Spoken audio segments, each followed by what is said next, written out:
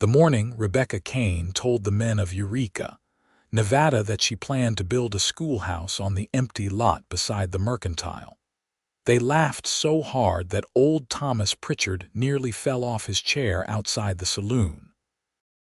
It was July 1876, and the silver mining town had grown from nothing to a bustling community of nearly 3,000 souls in less than 5 years.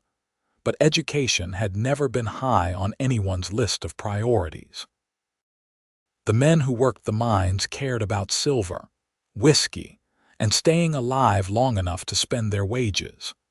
The women who ran the boarding houses and laundries cared about keeping food on their tables and roofs over their heads. Children ran wild through the dusty streets, more feral than civilized, and that was just how things were. Rebecca stood in the middle of Main Street, her dark hair pulled back in a practical bun, her cotton dress covered with a serviceable apron, and felt the heat of embarrassment crawl up her neck as their laughter echoed off the false-fronted buildings. She was 22 years old, had arrived in Eureka 3 months earlier with her Aunt Martha, who had since passed from pneumonia, and she owned exactly one asset in this world: the small house her aunt had left her and the determination that had carried her all the way from Boston. A school. Thomas wheezed, slapping his knee. "What in tarnation do we need a school for, Miss Kane? These children are learning just fine. They know how to count money, how to spot a card cheat, and how to run when there's trouble. What more do they need?" "They need to read," Rebecca said, her voice steady despite the trembling in her hands. "They need to write, to do proper mathematics, to understand history and geography. They need a future beyond these mines." "The mines are the future, sweetheart," called out Marcus Webb, the assayer. "Silver built this town, and silver will keep it running. You want to teach? Go back east where folks have time for such nonsense." Rebecca opened her mouth to respond, but the words died in her throat as more laughter rippled through the growing crowd. She had expected resistance, but not this casual dismissal, this complete lack of understanding about why education mattered. She turned away, blinking back tears of frustration, and nearly collided with a tall figure who had been standing silently behind her. "Excuse me," she muttered, trying to step around him. "They're fools," the man said quietly, his voice a low rumble that somehow cut through all the noise. "But you already know that." Rebecca looked up and found herself staring into the bluest eyes she had ever seen. The man was tall, well over 6 feet, with sun-bronzed skin and dark hair that curled slightly at the collar of his worn shirt. He wore the typical garb of a working cowboy: dusty trousers, a leather vest over a faded blue shirt, scuffed boots with spurs that chinked softly when he moved. A hat hung down his back on a cord around his neck. He looked to be in his mid-20s, with the kind of lean strength that came from years of hard physical labor. "You were listening," she said, hard not to, given how loud they were being. He extended his hand. "Owen Xavier. I run cattle on a spread about 10 miles north of town." She shook his hand, surprised by the gentleness of his grip, despite the calluses she could feel against her palm. "Rebecca Kane. And yes, I suppose they are fools, but they're also the people whose support I need if I'm going to build this school." "Why a school?" Owen asked, falling into step beside her as she walked away from the jeering crowd. "Not that I'm against the idea. I'm just curious what brought you all the way to Nevada with such a plan." Rebecca glanced at him, trying to gauge whether he was genuinely interested or just making conversation. His expression seemed open, honest, without a trace of the mockery she had just endured. "My Aunt Martha ran a small school in Boston for 20 years, she said finally. "She taught me that education was the greatest gift anyone could receive. It opens doors, creates opportunities, changes lives. When she decided to move out here for her health, I came with her." She always talked about starting a school here too, but she got sick before she could do anything about it. I suppose I want to finish what she started." "That's a good reason," Owen said. They had reached the small wooden house at the end of a side street where Rebecca lived. He paused at the gate. "Can I ask you something?" "You just did, but go ahead." A smile tugged at the corner of his mouth. "Do you actually know how to build a schoolhouse? Because wanting something and knowing how to make it happen are two different things, especially out here." "I have some money saved," Rebecca said defensively, "and I thought I could hire men to do the actual construction." "The same men who just laughed at you." Owen shook his head. "They won't work for you, Miss Kane. Not because they're necessarily against a school, but because they don't take you seriously. You're a single woman with what they see as an impossible dream. They'll take your money and do a poor job, or they won't take the job at all." "Then, what do you suggest?" Rebecca asked, frustration creeping back into her voice. "Should I just give up, go back east like they said? I suggest you let me help you build it." Rebecca stared at him. "What?" "I know how to build," Owen said. "Grew up helping my father with carpentry before I took to ranching. I have time between cattle drives, and I have access to timber from the forested areas up in the mountains. More importantly, I think a school is exactly what this town needs, even if most folks are too stubborn to see it yet." "Why would you help me?" Rebecca asked suspiciously. "You don't even know me." Owen was quiet for a moment, his gaze drifting toward the mountains that ringed the valley. "My younger sister died when she was 10, he said finally. "She was bright as a new penny, always asking questions, always wanting to learn. There was no school where we lived in Texas, and my mother did her best to teach her, but it wasn't enough. Ella got it in her head that she could read all by herself, and she found a bottle in my father's medicine cabinet. She thought the label said something it didn't. By the time anyone realized what had happened, it was too late." "I'm so sorry," Rebecca said softly. "It was a long time ago," Owen said, though his eyes held old pain. "But I've always thought that if she'd had proper schooling, if she'd learned to read well, maybe things would have been different. So, when I hear someone wanting to build a school, wanting to give children the education they deserve, I figure the least I can do is help make it happen." Rebecca felt something shift inside her chest, a warmth that had nothing to do with the Nevada sun beating down on them. "When can we start?" "How about tomorrow morning?" Owen said. "I'll bring my tools and we can survey the lot, figure out what we're working with." "But Miss Kane, I should warn you that even with my help, this isn't going to be easy. Building the school is only part of the battle. You're going to have to convince people to actually send their children, and that might be harder than any physical labor." "I can be very persuasive when I need to be," Rebecca said. Owen's smile widened, transforming his serious face into something warmer. "Somehow I believe that. I'll see you tomorrow, Miss Kane, early." That night, Rebecca lay awake in the small bedroom that had belonged to her aunt, listening to the distant sounds of Eureka settling down for the night. Piano music drifted from the saloons, punctuated by occasional shouts and laughter. Somewhere a dog barked.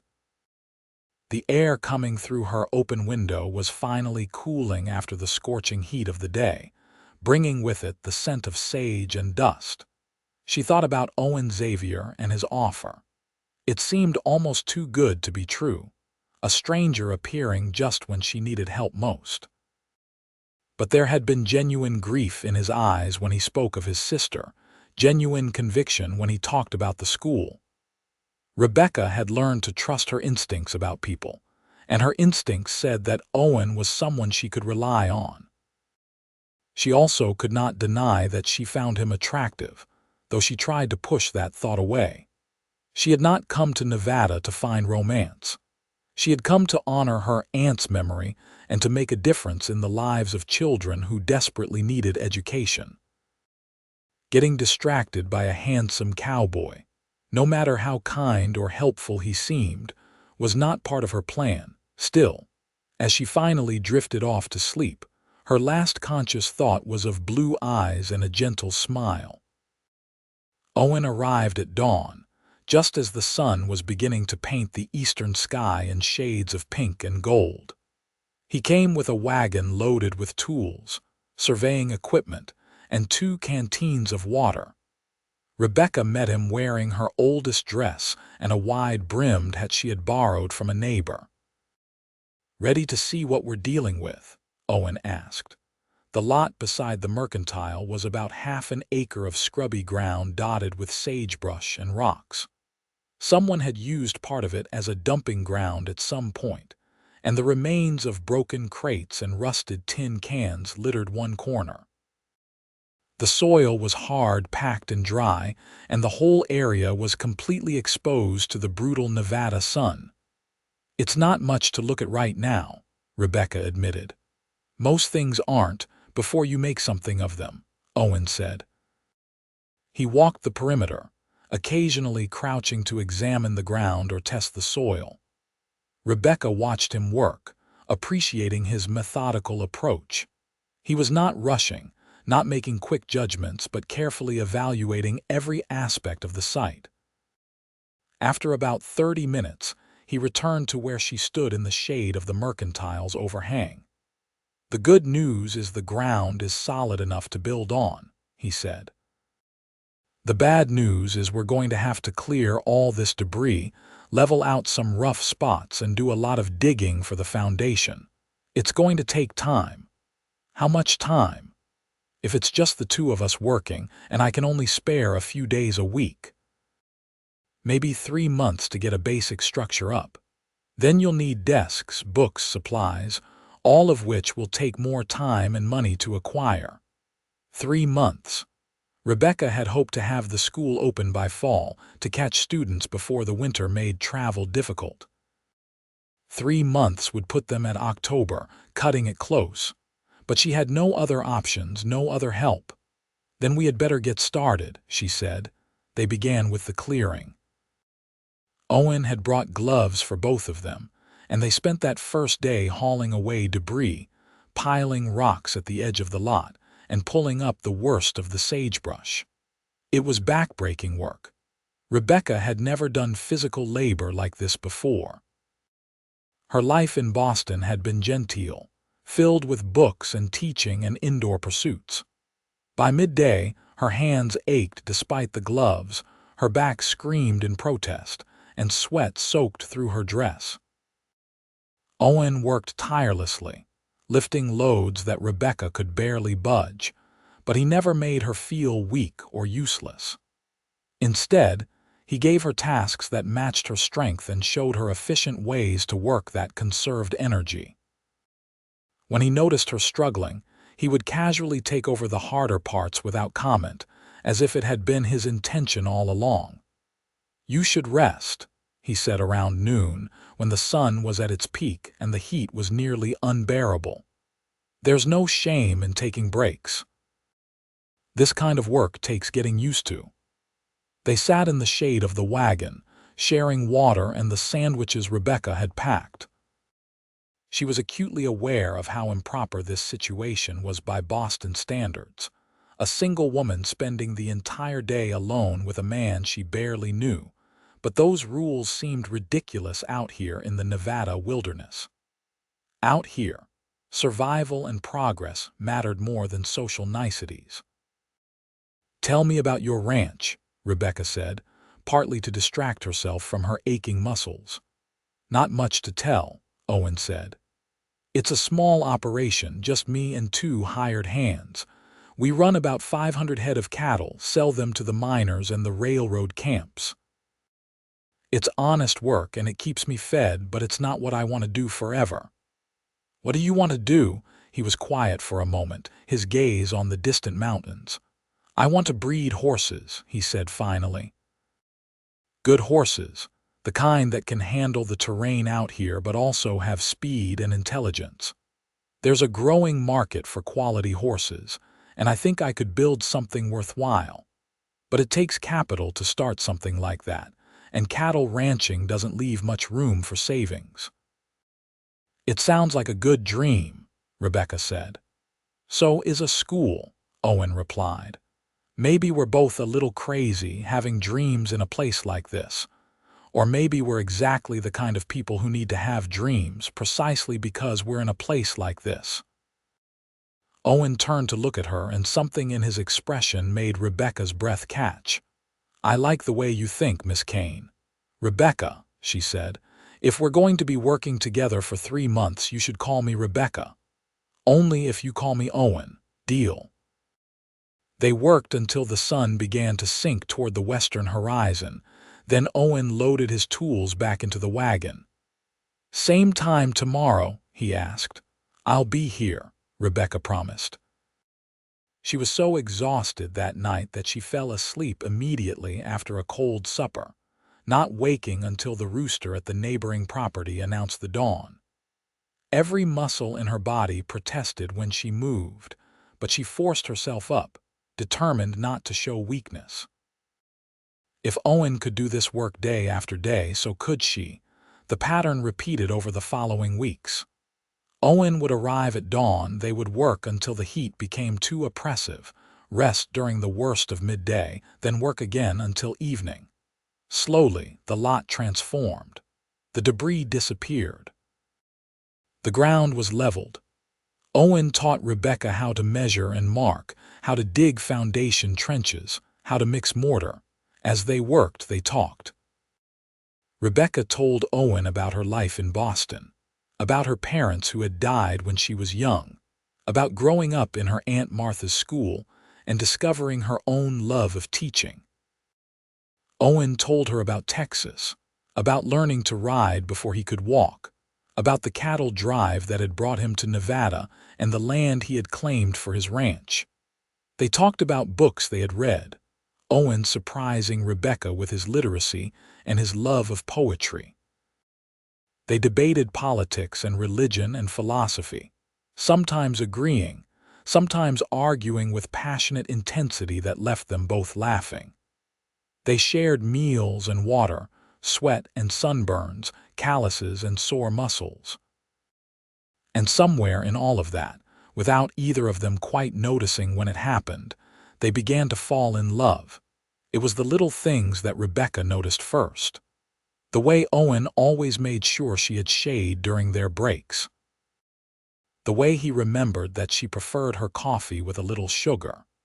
The way he looked at her when she was explaining her vision for the school's curriculum, as if everything she said mattered deeply. The way her heart jumped every morning when she heard his wagon coming down the street. She tried to tell herself it was just gratitude, just the natural camaraderie that developed between people working toward a common goal. But she knew better. She had never felt this way about anyone before, this constant awareness of another person, this desire to see him smile, this ache when they parted each evening. Owen, for his part, was trying very hard not to fall in love with Rebecca and failing miserably. He had known from the first moment he saw her standing up to the mockery of the entire town that she was someone special. But he had not expected her humor, her intelligence, her unwavering determination in the face of grueling physical labor. He had not expected the way she would push her hair back from her face when she was concentrating, or the way she laughed with her whole body, or the way she would sometimes rest her hand on his arm when she was making a point, sending electricity through his entire system. He was a cowboy with nothing but a small ranch and big dreams. She was an educated woman from Boston with refined manners and a vision for changing the world. They came from different worlds, wanted different things. At least, that's what he told himself, even as he found excuses to work closer to her to make her laugh, to see her eyes light up when a new idea struck her. It was Rebecca's neighbor, Mrs. Patterson, who finally voiced what the whole town was beginning to notice. She stopped Rebecca one evening as Rebecca was walking home from the building site, her dress dusty and her face sunburned. "That young man who has been helping you," Mrs. Patterson said without preamble. "He seems quite dedicated to your project." "Owen has been invaluable," Rebecca said carefully. "I could not have gotten this far without him. And has he expressed any intentions toward you beyond building this school?" Rebecca felt her face flush. "I don't know what you mean." "Oh, child, don't play coy with me. I've been watching you two for weeks now. The way he looks at you would melt butter, and unless I'm very much mistaken, you look at him the same way." "We're just friends," Rebecca protested. "Partners in this endeavor. For now, maybe. But mark my words, something is growing between you two and the whole town can see it. The question is, what are you going to do about it?" Rebecca thought about that conversation long into the night. What was she going to do about it? She had come to Eureka with one purpose: to build a school. Getting romantically involved with Owen could complicate everything. What if things did not work out between them? Would he still help with the school? Would the awkwardness ruin everything they had built together? But what if she never said anything and always wondered what might have been? The next morning, she woke with determination burning in her chest. She was not a coward. If she could stand up to an entire town's mockery, she could find the courage to acknowledge her feelings. The question was whether Owen felt the same way. She got her answer later that day, though not in any way she expected. They were working on framing the walls, a delicate process that required two people working in perfect coordination. Rebecca was holding a beam steady while Owen secured it with nails, both of them concentrating intently on the task. Suddenly, a voice called out from the street. Well, if it isn't Owen Xavier playing carpenter instead of cowboy." Owen's whole body tensed. Rebecca looked up to see three men approaching the building site. They wore the rough clothes of ranch hands, but something about their swagger suggested trouble. The one who had spoken was a large man with a scarred face and mean eyes. "Jake Thornton," Owen said, his voice flat. "I heard you were in Carson City." "Just got back," Jake said. He looked at Rebecca with an expression that made her skin crawl. "And who's this pretty little thing? Didn't know you had a woman, Xavier." "This is Miss Rebecca Kane," Owen said, moving subtly to position himself between Rebecca and the three men. "She's building a school. We're not looking for trouble, Jake." "No trouble at all," Jake said, though his tone suggested otherwise. "Just surprised to see you doing charity work. Last I heard, you barely had 2 coins to rub together. How you planning to pay for a fancy horse breeding operation if you're wasting time on schoolhouses?" Rebecca saw Owen's jaw tighten. "What I do with my time is my business." Sure. I'm just saying, seems like a waste of effort." "Everyone knows this school idea is ridiculous. No one's going to send their brats to get book learning when there's real work to be done." Jake stepped closer, ignoring the way Owen's hands had curled into fists. "Tell you what, though, I'm a generous man. You stop wasting time here and I'll put in a good word for you with the Cattle Association. Help you get better prices for your herd." "I'm not interested," Owen said. "You sure about that? Because from where I'm standing, you're choosing a lost cause over your own future." "What's this woman got that's worth that?" "That's enough," Owen said, his voice hard as iron. "Rebecca's school is going to happen whether you like it or not. Now get off this property before I make you leave." Jake laughed, but there was no humor in it. Big words from a man who couldn't even protect his own sister. "How's that going to feel when this school fails, Xavier? When you've wasted months of work, and this Boston girl goes running back east where she belongs?" Owen moved so fast that Rebecca barely saw it.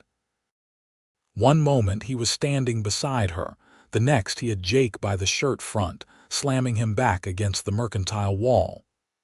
"Don't you ever mention my sister," he snarled, "and don't you ever disrespect Rebecca again."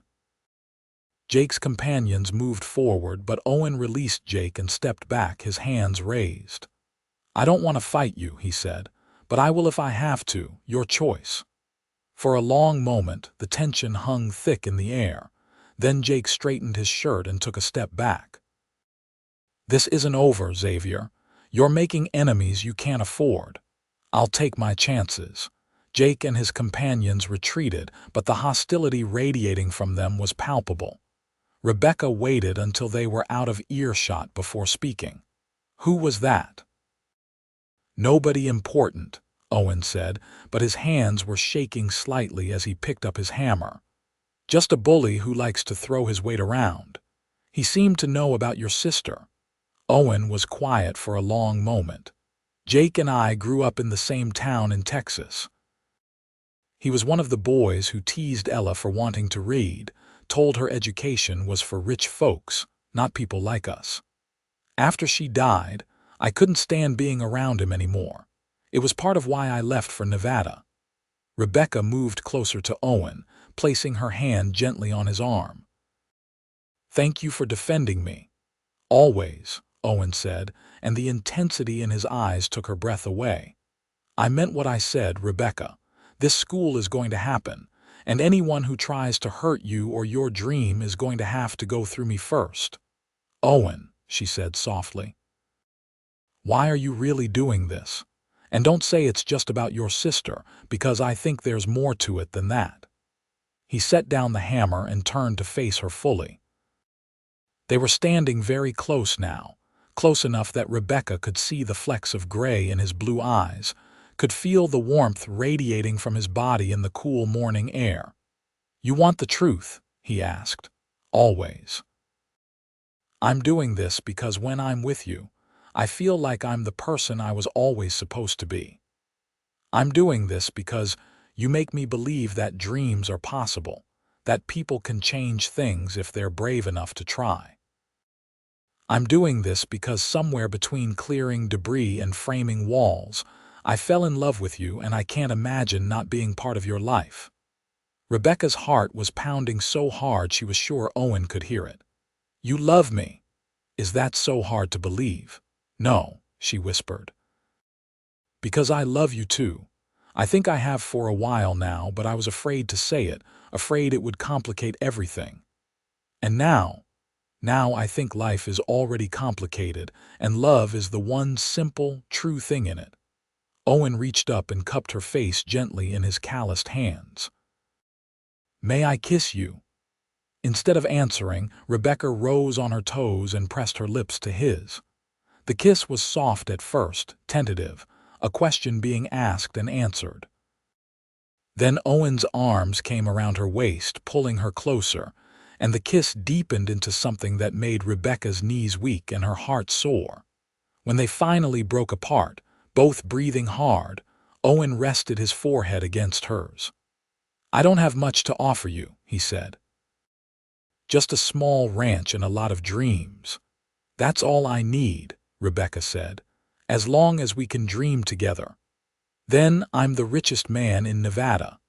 They stood there for a long moment, wrapped in each other's arms, the partially built schoolhouse rising around them like a promise. Then, because they were both practical people with work to do, they stepped apart and returned to their labor. But everything had changed. They worked now with joined purpose, stopping occasionally to share a smile or a quick touch, the air between them crackling with new energy. Word of their relationship spread through Eureka faster than a brush fire. Some people thought it was romantic, the educated Boston woman and the hard-working cowboy building a school together. Others thought it proved that Rebecca was not serious about education at all, that she had just been looking for a husband and had found one foolish enough to do her bidding.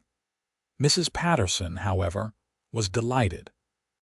She made a point of stopping by the building site regularly with fresh water or sandwiches, offering encouragement and advice in equal measure. "You two remind me of my late husband and me when we were young," she said one day. "We came out here with nothing but each other and a wagon full of hope." It's not easy building a life in this territory, but it's worth it when you have the right partner. As summer stretched into fall, the schoolhouse took shape. The walls went up, solid and straight. The roof was fitted with careful precision. Windows were installed, glass panes hauled all the way from Carson City at considerable expense. The floor was laid with boards that Owen had cut and planed himself until they were smooth as silk. Rebecca threw herself into preparing the interior. She wrote letters to her contacts in Boston, begging for donations of books and supplies. She designed a curriculum that would work for children of all ages, since she expected to have students ranging from 6 to 16 in the same room. She made lists of what they would need, from slates and chalk to maps and globes, and figured out how to acquire each item on the smallest possible budget. Owen helped with everything, but he also continued running his ranch. There were days when he had to be away on cattle business, and Rebecca found that she missed him terribly during those absences. She would work alone at the schoolhouse, making progress, but feeling his absence like a physical ache. When he returned, the joy of seeing him ride up on his horse made everything worthwhile. One evening in late September, Owen asked Rebecca to take a ride with him. They rode north from Eureka on his 2 horses, climbing into the foothills as the sun began to set. The air was cooler now, with autumn's first hints of the winter to come. Aspens were turning gold in the higher elevations, painting the mountainsides in brilliant color. Owen led them to a spot overlooking a broad valley. A creek ran through it, lined with cottonwoods. The grass was still green from summer rains. In the distance, Rebecca could see a small cabin and a corral with a few horses. "That's my ranch," Owen said, dismounting and helping Rebecca down from her horse. "I know it's not much, but I wanted you to see it. To see what I'm building, just like you're building your school." Rebecca looked at the peaceful valley, the solid little cabin, the well-tended corral. She could see the care Owen had put into everything, the same attention to detail he brought to his work on the schoolhouse. "It's beautiful," she said honestly. "Rebecca, I know we haven't been courting long by traditional standards," Owen said, taking her hands in his. "But out here, people can't always wait for the proper amount of time to pass. Life is hard and it's uncertain, and when you find something real, something worth holding on to, you have to grab it with both hands." Rebecca's heart began to race. "Owen, what are you saying?" He dropped to one knee, still holding her hands, and looked up at her with those blue eyes that had captured her heart. "I'm saying I love you. I'm saying I want to build a life with you, to support your dreams while you support mine. I'm saying I want to wake up every morning knowing you're beside me and go to sleep every night with you in my arms. Rebecca Kane, will you marry me?" Tears spilled down Rebecca's cheeks, but they were tears of joy. "Yes," she said, her voice breaking with emotion. "Yes, 1,000 times yes." Owen stood and swept her into his arms, kissing her with all the passion and promise that had been building between them for months. When they finally broke apart, both laughing and crying at the same time, the sun was setting in a blaze of orange and gold, painting the sky with the colors of their future. They were married 2 weeks later in a simple ceremony at the partially finished schoolhouse. Mrs. Patterson helped Rebecca make a dress from cream-colored fabric ordered from the mercantile. Owen wore his best suit, which he had not worn since leaving Texas. The preacher from the Methodist Church performed the ceremony, somewhat reluctantly since he was among those who thought the school was a foolish venture, but he could not refuse to marry 2 people who were clearly in love. To everyone's surprise, quite a few people from Eureka attended the wedding. Some came out of curiosity, wanting to see what kind of woman would marry a cowboy in an unfinished schoolhouse. But others came with genuine good wishes, touched by the romance of it all, and the dedication both Rebecca and Owen had shown to their project. Even more surprising were the gifts. The mercantile owner brought lumber for desks. The blacksmith brought iron for a bell to hang in the school's tower. The women from the boarding houses brought fabric for curtains and cushions. It seemed that somewhere along the way, without either of them quite realizing it, the town had begun to believe in the school. After the ceremony, Owen carried Rebecca over the threshold of his cabin, which was now their home. It was small and simple, but Rebecca loved it immediately. Owen had cleaned and prepared everything for her arrival, adding small touches like wildflowers in a jar on the table and new curtains at the windows. That night, as they lay together as husband and wife for the first time, Rebecca felt a completeness she had never known before. Owen was gentle and patient, and their love was everything she had hoped it would be. Afterwards, wrapped in his arms, she whispered, "I love you so much it scares me sometimes." "Why does it scare you?" Owen asked, stroking her hair. "Because I never knew I could be this happy. Because now I have so much to lose." "You're not going to lose me," Owen promised. "I'm here, Rebecca. I'm yours for as long as we both live." The school opened on the first Monday of October, 1876. Rebecca stood at the door in her best dress, her hair neatly pinned, her heart pounding with nervousness. She had spent the previous week going door to door, talking to parents, explaining what she planned to teach and why it mattered. She had no idea if anyone would actually show up. At 8 o'clock, she rang the bell that hung in the small tower Owen had built. The clear, bright sound rang out over Eureka, announcing that the school was open for business. 5 minutes passed. Then 10. Rebecca felt her hope beginning to waver. Perhaps the town's initial support had just been wedding generosity, not genuine belief in education. Then she saw them coming. A mother leading 2 small children by the hand, a father with a daughter who looked about 12, another family, then another. They came slowly, hesitantly, but they came.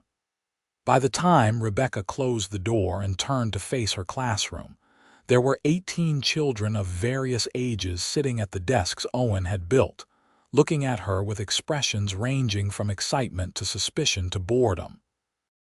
"Good morning," Rebecca said, her voice shaking slightly. "My name is Mrs. Xavier and I am your teacher. Today we begin an adventure together. We're going to learn to read and write, to understand numbers and history and science. We're going to discover that the world is bigger and more amazing than you ever imagined. And we're going to prove to everyone who doubted us that education matters, that knowledge is power, and that you, the children of Eureka, Nevada, are every bit as deserving of a good education as any child in Boston or New York or anywhere else in this country." A small girl in the front row raised her hand. "Is it true you married Mr. Xavier because he built this school for you?" Rebecca smiled. "Mr. Xavier and I built this school together, and I married him because I love him and because he's the best man I've ever known. But this school isn't about me or Mr. Xavier. It's about you and your future and the amazing things you're going to do with the education you receive here. Now, who can tell me the alphabet?"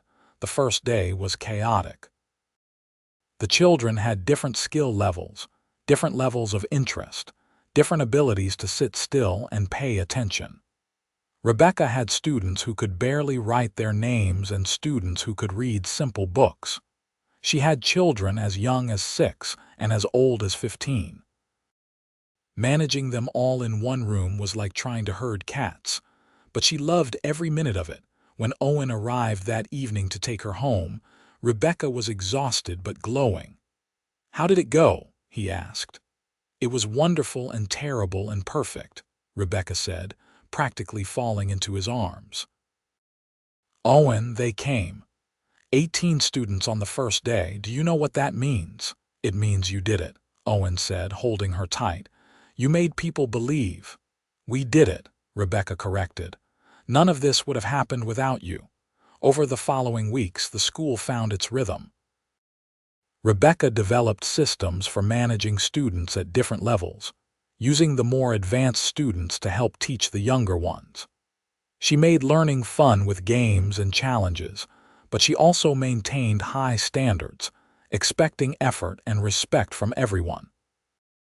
Word of the school's success began to spread beyond Eureka. Families from outlying ranches started bringing their children to board in town during the week so they could attend school. The territorial newspaper ran an article about the lady teacher and her cowboy husband who brought education to the Silver Town. Not everyone was pleased with the school's success. Jake Thornton and his friends continued to spread rumors that Rebecca was putting fancy ideas into children's heads, that education would make them too proud to work the mines and ranches. But their voices grew quieter as the community saw the positive changes in the students. Children who had been wild and unruly became more disciplined. Children who had seemed sullen and hopeless began to show enthusiasm and ambition. Parents who had been skeptical started asking Rebecca about books they could read with their children at home. Winter came to Nevada with its usual harshness. The school became harder to heat, and some days the snow was so deep that students could not make it to class. But Rebecca persevered, and Owen was always there to help, arriving early to stoke the fire and make sure the building was safe and warm. It was during one of those cold winter mornings, with snow falling softly outside the windows and the students bent over their slates, that Rebecca realized she was pregnant. She had suspected for a few weeks, but that morning the knowledge settled into certainty. She was going to have Owen's child. She told him that night after dinner, unable to keep the secret for even one more minute. "I'm going to have a baby," she said, taking his hands in hers. Owen's face went through a series of expressions so quickly Rebecca almost laughed. Shock, joy, fear, and then pure, radiant happiness. "A baby," he breathed. "We're going to have a baby in the summer, I think. July, maybe early August." Owen pulled her into his arms so tightly she could barely breathe. "I love you," he said against her hair. "I love you so much, Rebecca. You've given me everything I never knew I wanted." "We've given each other that," Rebecca said. The pregnancy progressed smoothly through the winter and into spring. Rebecca continued teaching, though as she grew larger, the older students had to help with tasks that required bending or reaching. Owen became even more protective, if that was possible, checking on her constantly and insisting she rest more than she worked. In May, Rebecca hired a young woman named Sarah Miller to assist in the classroom. Sarah was 19, had moved to Eureka with her family the previous year, and had jumped at the chance to help at the school. She was bright and patient with the children, and Rebecca knew the school would be in good hands during her confinement. On a hot July afternoon, with thunder rumbling in the distance and the smell of rain in the air, Rebecca went into labor. Owen rode at breakneck speed to fetch Mrs. Patterson, who had delivered half the babies in Eureka, and then paced outside the bedroom like a caged animal while the women worked. The labor was long and difficult, lasting well into the night. Owen could hear Rebecca crying out in pain, and it took all his self-control not to burst into the room. Mrs. Patterson finally emerged just after dawn, exhausted but smiling. "You have a son," she said. "A big, healthy boy. And Rebecca is doing fine, though she's worn out." Owen rushed into the room to find Rebecca propped up in bed, holding a tiny bundle. Her face was pale and drawn with exhaustion, but her eyes were shining with joy. "Meet your son," she whispered. Owen took the baby with trembling hands, staring in wonder at the tiny face, the wisps of dark hair, the little fingers that curled around his thumb. "He's perfect," he said, his voice choked with emotion. "You're perfect. Rebecca, I don't have words for what I'm feeling right now." "Then don't say anything," Rebecca said. "Just hold us both and let that be enough." They named the baby Thomas Owen Xavier after Owen's father. Little Thomas was a good baby, sleeping well and eating heartily, and Rebecca recovered quickly from the birth. By the time school reopened in September, she was back in the classroom with Sarah's assistants, and Thomas would nap in a cradle in the corner of the schoolroom while his mother taught. The students adored having a baby at school. It taught them responsibility and gentleness, as Rebecca would sometimes let the older girls help with Thomas during breaks.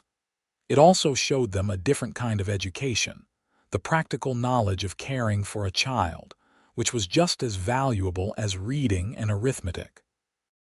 2 years passed in a blur of happiness and hard work. The school grew to 30 students. Rebecca had to hire another assistant, and they talked about adding a second room to the building. Owen's ranch prospered as well.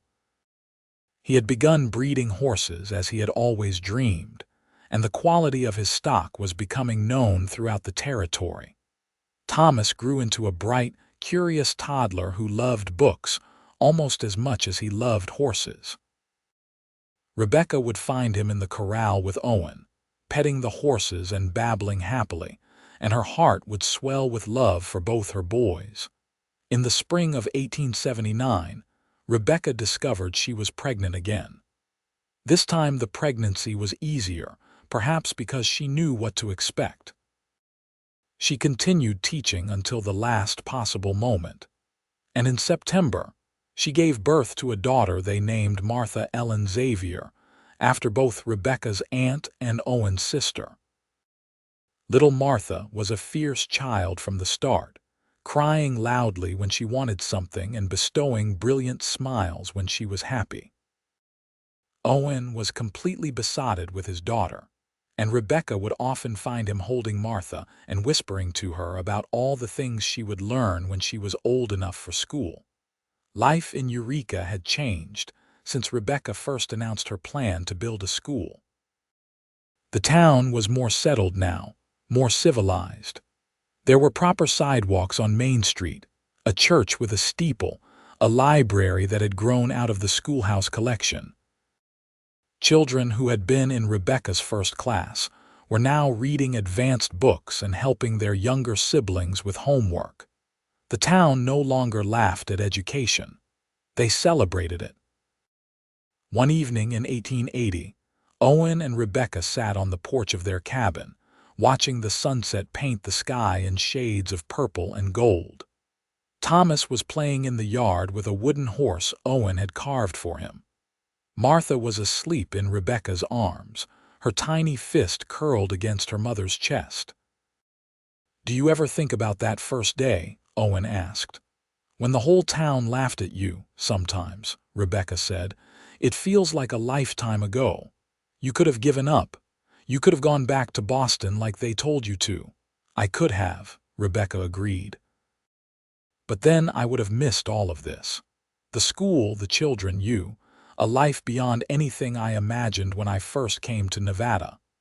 Owen reached over and took her free hand, threading his fingers through hers. "I'm glad you stayed. I'm glad you were stubborn enough to keep dreaming even when everyone said it was impossible. I'm glad you helped me build it," Rebecca said. "The school, yes, but more than that. You helped me build a life, a family, a future. You believed in me when no one else did." "I'll always believe in you," Owen promised. "In us, in our children, in everything we're building together." Rebecca leaned against his shoulder, feeling the solid warmth of him, the steady beat of his heart.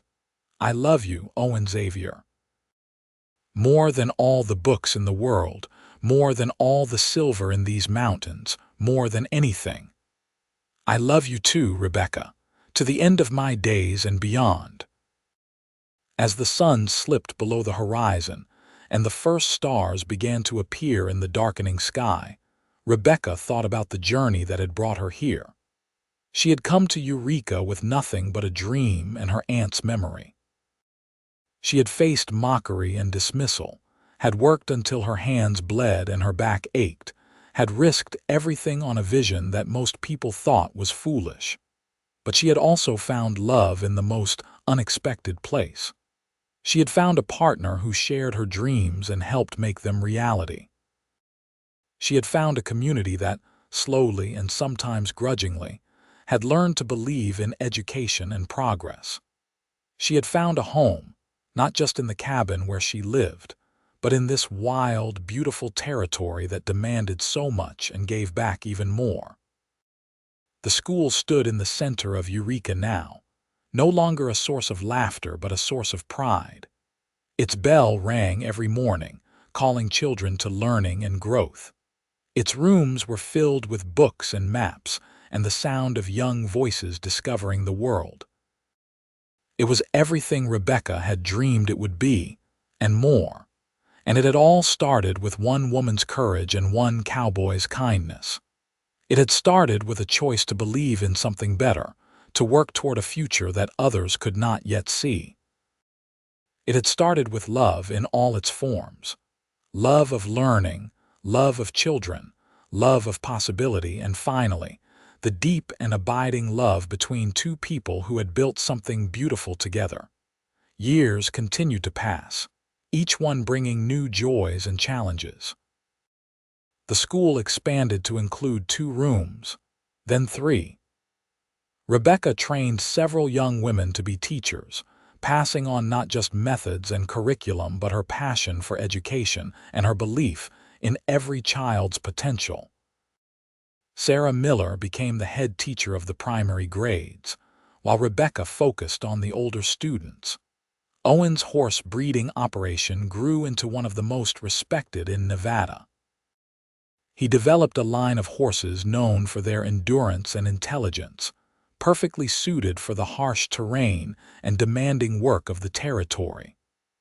Ranchers and cavalry officers came from across the West to buy his horses. The income allowed him to expand the ranch and hire more hands, but he never lost his personal touch with the animals or his commitment to quality over quantity. Thomas and Martha grew up surrounded by books and horses, equally comfortable in the schoolroom and the corral. Thomas showed his father's patience and attention to detail, spending hours with the horses and learning everything Owen could teach him. Martha inherited her mother's fierce determination and her love of learning, often found curled up with a book in unlikely places. In 1883, when Thomas was 6 and Martha was 4, the territorial government officially recognized Rebecca's school and began providing some funding for supplies and teacher salaries. It was a victory that Rebecca had been working toward for years, proof that education was no longer seen as a luxury but as a necessity. The recognition came with a ceremony in Carson City, and Rebecca and Owen made the trip together, leaving the children with Mrs. Patterson. It was their first time away from Thomas and Martha, and Rebecca worried the entire journey, but Owen distracted her with stories and plans for the future. At the ceremony, the territorial governor praised Rebecca's pioneering spirit and unwavering dedication to bringing civilization and learning to the frontier. He presented her with an official certificate and a small grant to expand the school's library. Rebecca stood on the stage in her best dress, Owen watching proudly from the audience, and thought about how far they had come from that hot July day when she had stood in the street and faced the town's laughter. On the journey home, as their wagon rattled over the rough roads, Owen said, "I'm proud of you, not just for today but for everything, for never giving up on your dream." "Our dream," Rebecca corrected. "You made it possible, Owen. Without you, there would be no school, no recognition, none of this." "We made each other possible," Owen said. "That's how love works, isn't it? We make each other better, stronger, braver than we could ever be alone." Rebecca moved closer to him on the wagon seat, resting her head on his shoulder. "When did you become such a philosopher?" "I married a teacher.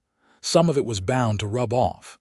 They laughed together, the sound carrying across the empty landscape, and Rebecca felt a surge of pure contentment. This was her life.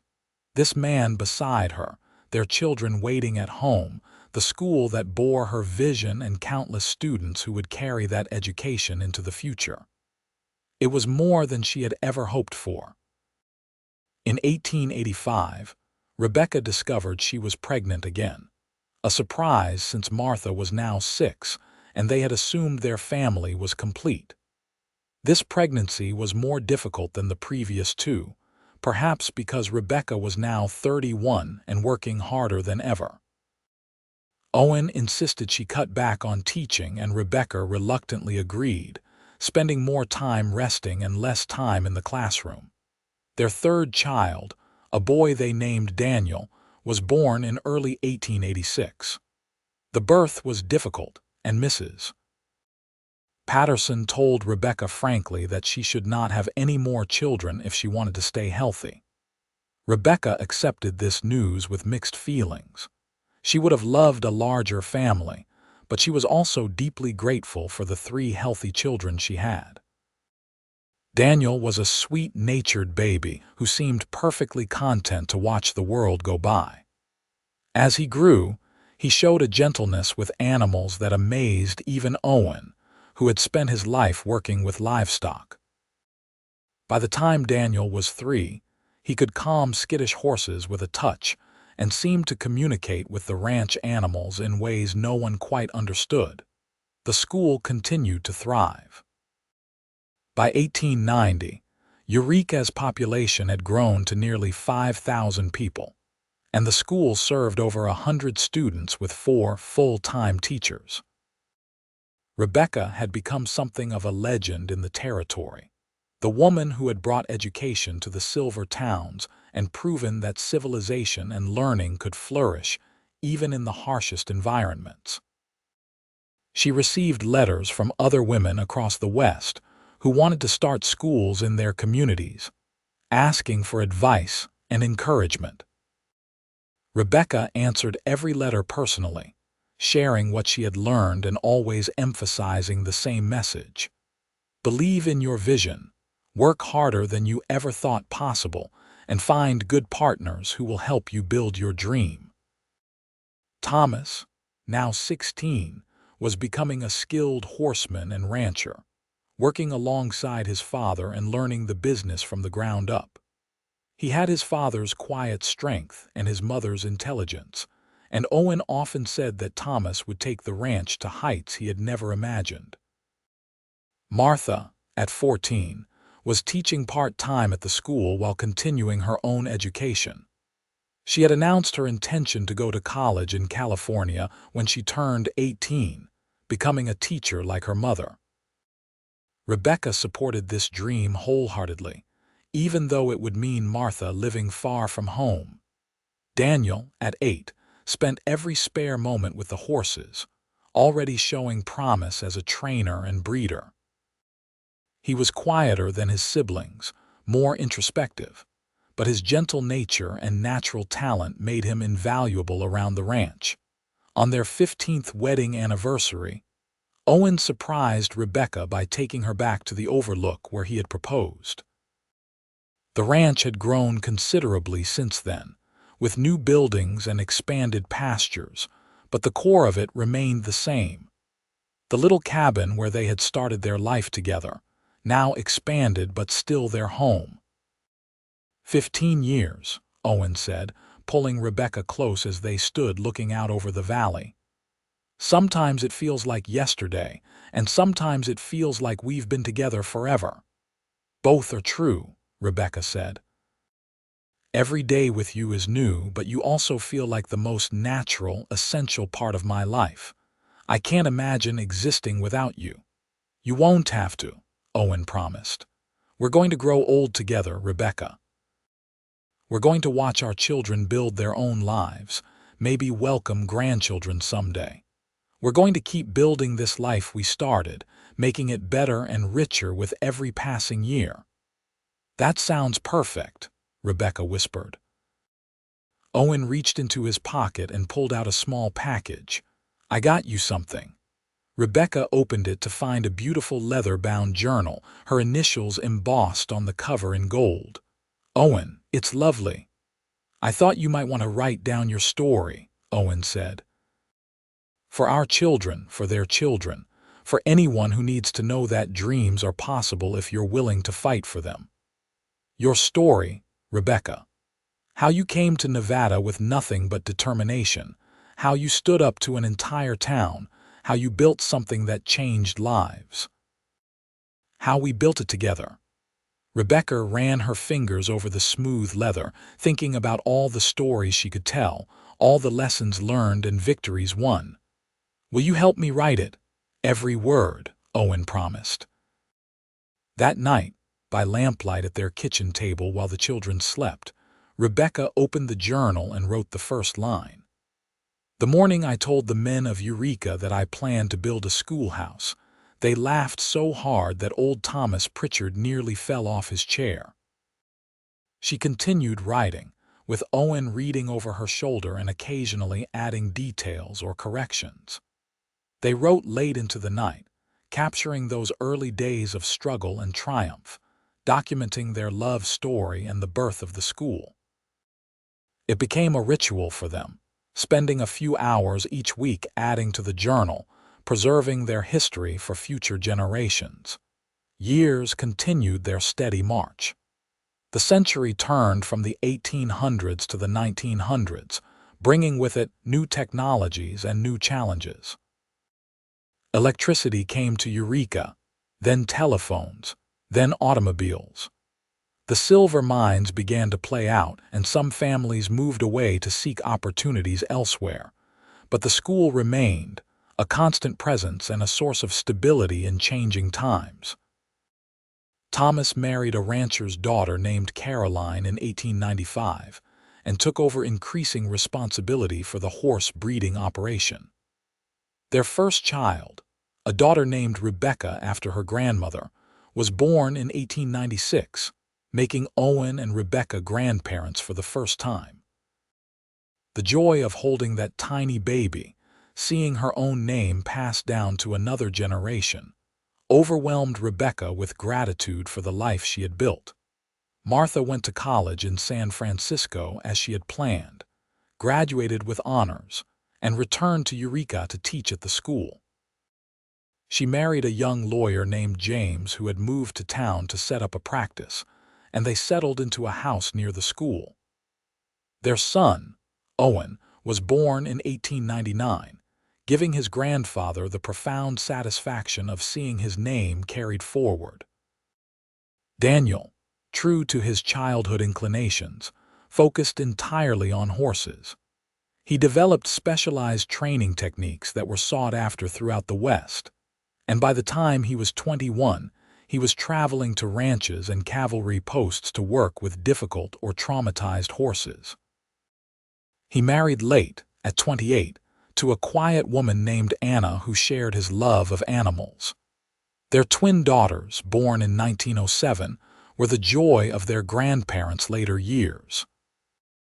Owen and Rebecca grew older together, their hair turning gray, their faces developing the lines and wrinkles that came from decades of life in the harsh Nevada climate. But their love never aged. If anything, it deepened with time, becoming richer and more profound with each passing year. The school they had built together educated hundreds of students over the decades, sending young people out into the world with the tools they needed to succeed. Some became teachers themselves, spreading education to other frontier communities. Others became business owners, politicians, artists, ranchers, miners, mothers, fathers, contributing to their communities in countless ways.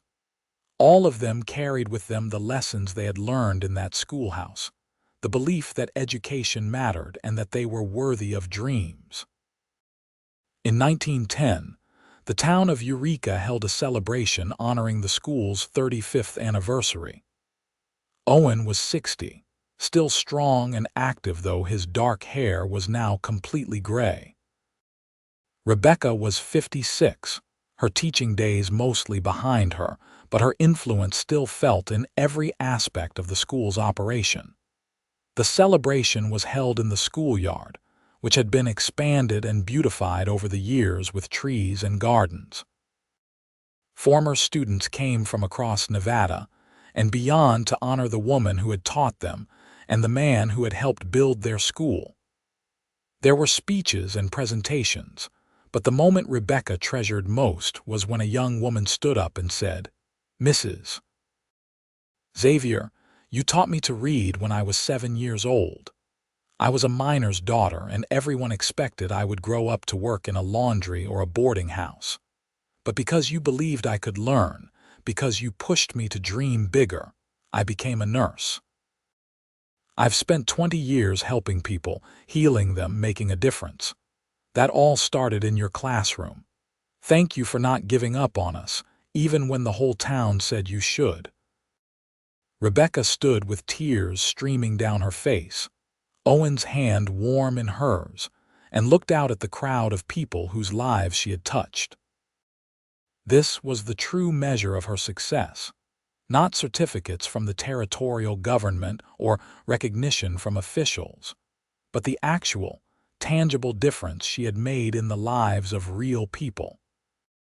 That night, alone in their bedroom with moonlight streaming through the windows, Owen held Rebecca close and said, "We did good, didn't we?"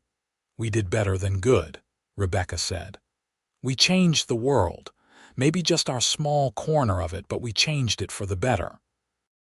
We proved that one person's dream, backed by love and hard work and determination, can transform an entire community." "Two people's dream," Owen corrected gently. "It was always both of us, Rebecca, from that first day when I offered to help you build it. Why did you help me?" Rebecca asked, even though she knew the answer. "Really, truly, why did you take that chance on a stranger with an impossible dream?" Owen was quiet for a moment, his hand stroking her hair in the darkness. "Because when I saw you standing up to all those men who were laughing at you, I saw courage. I saw someone who believed in something bigger than herself, who was willing to fight for it no matter what the cost. And I thought that if I could be part of that, if I could help you build that dream, maybe I could be the kind of man I always wanted to be. The kind of man my sister would have been proud of. She would be proud of you," Rebecca said softly.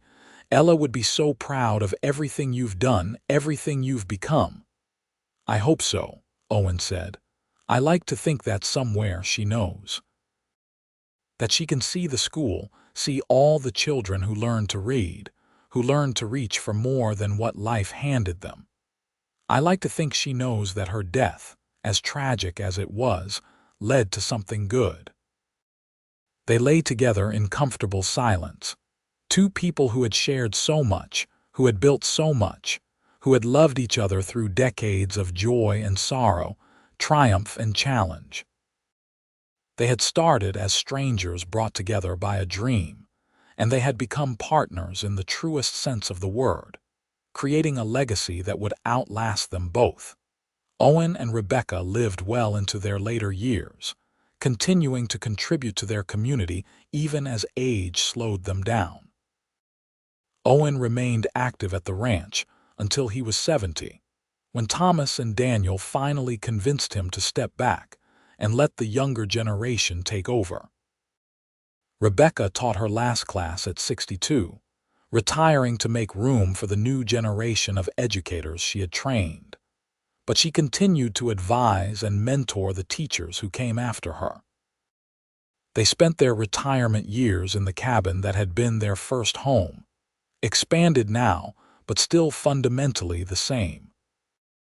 They would sit on the porch in the evenings, watching the sun set over the mountains, talking about everything and nothing, secure in the love they had built over 5 decades together. Rebecca continued writing in the journal Owen had given her, filling volume after volume with the story of their life, their love, their school. She wrote about the students she had taught, the teachers she had trained, the community they had helped build.